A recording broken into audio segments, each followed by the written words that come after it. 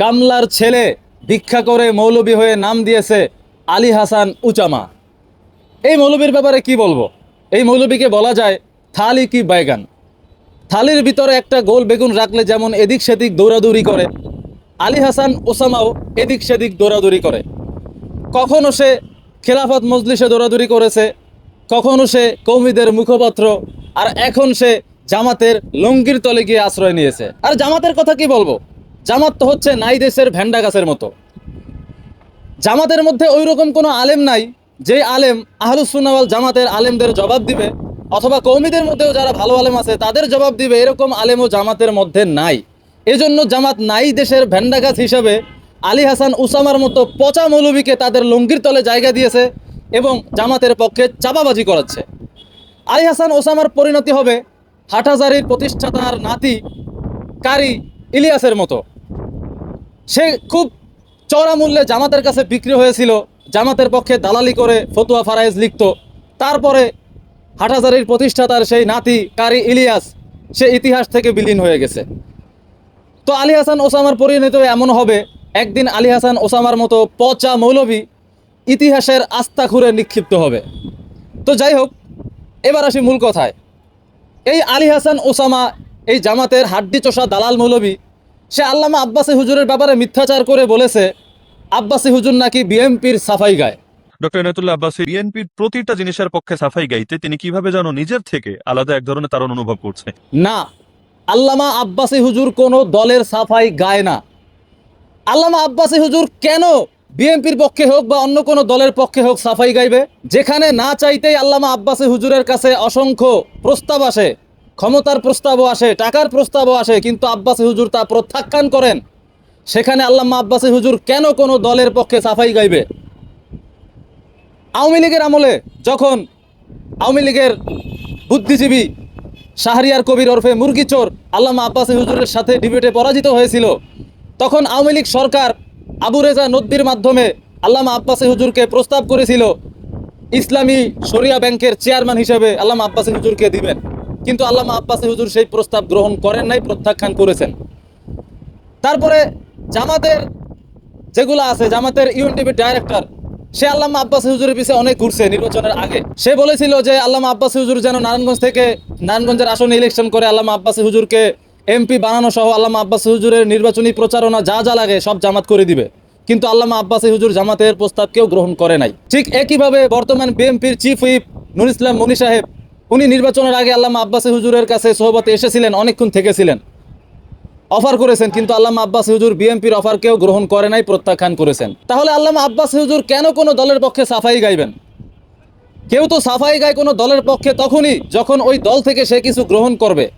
আল্লামা আব্বাসী হুজুর কোনো দল থেকেই কোনো কিছু গ্রহণ করে নাই, এজন্য আল্লামা আব্বাসী হুজুর কোনো দলের সাফাইও গায় না।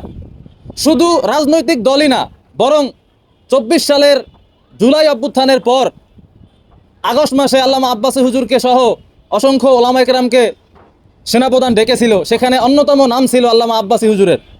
তখন কর্নেল ইমরান সাহেব আল্লামা আব্বাসী হুজুরের লন্ডন প্রতিনিধিকে ফোন দিয়েছিল আল্লামা আব্বাসী হুজুর যাতে সেনাপ্রধানের প্রস্তাব গ্রহণ করে জাতীয় পর্যায়ে মিটিংয়ে যায়, কিন্তু আল্লামা আব্বাসী হুজুর সেখানেও যান নাই।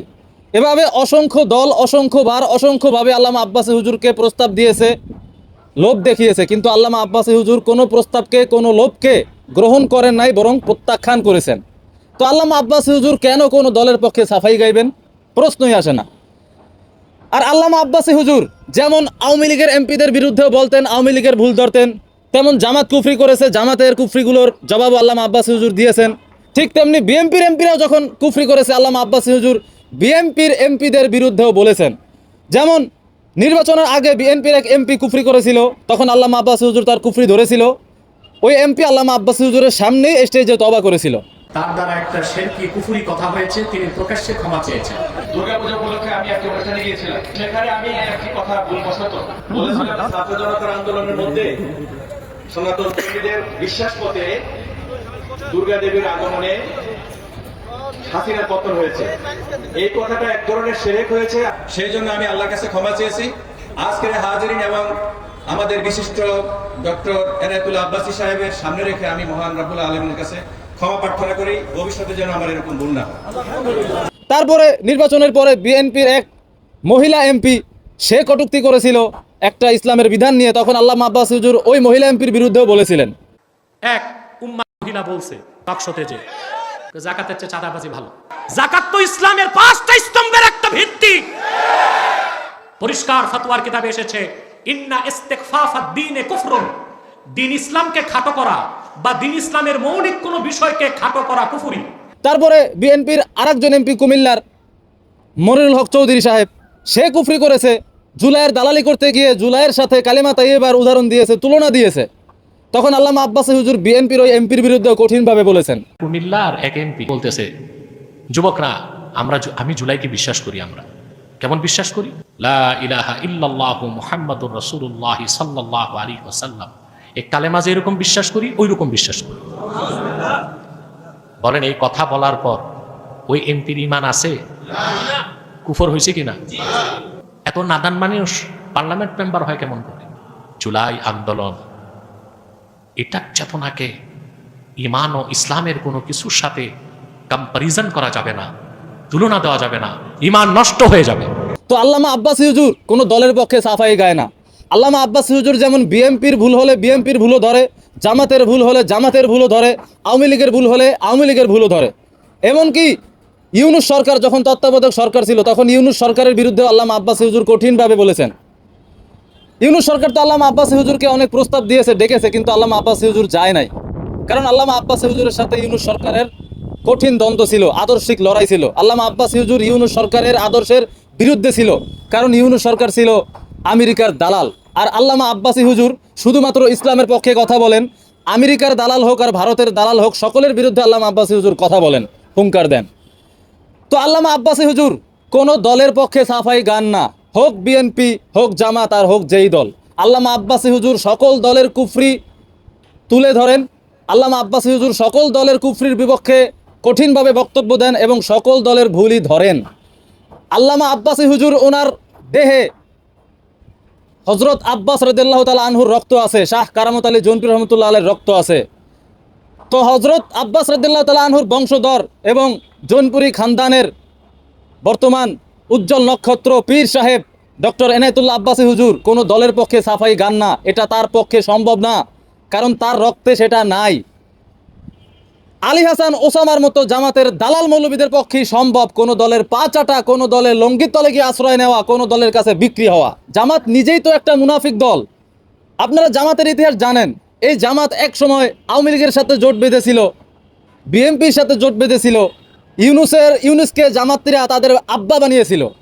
এখন তো জামাতিদের অবৈধ বাপ হচ্ছে আমেরিকা।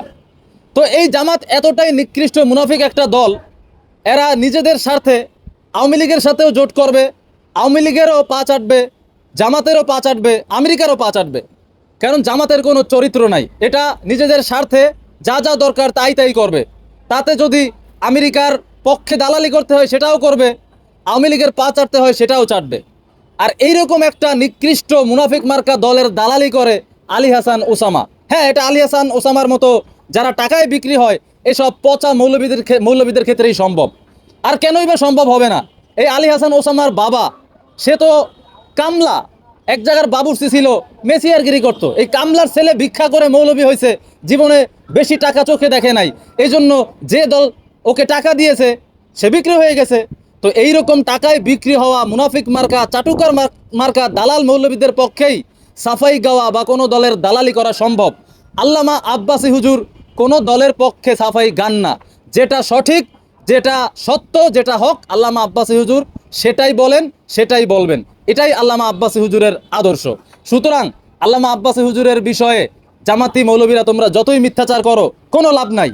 এই বাংলার জাতি দেখে আসছে, আওয়ামী লীগের আমল হোক, ইউনূসের আমল হোক, আর এখন বিএনপির আমল হোক, প্রত্যেকটা সময়ে নিরপেক্ষভাবে আল্লামা আব্বাসী হুজুর সঠিক ফতোয়া দিয়ে এসেছেন, সঠিক যেটা দেশ ও জাতির কল্যাণে সেটাই বলে এসেছেন এবং ভবিষ্যতেও বলবেন।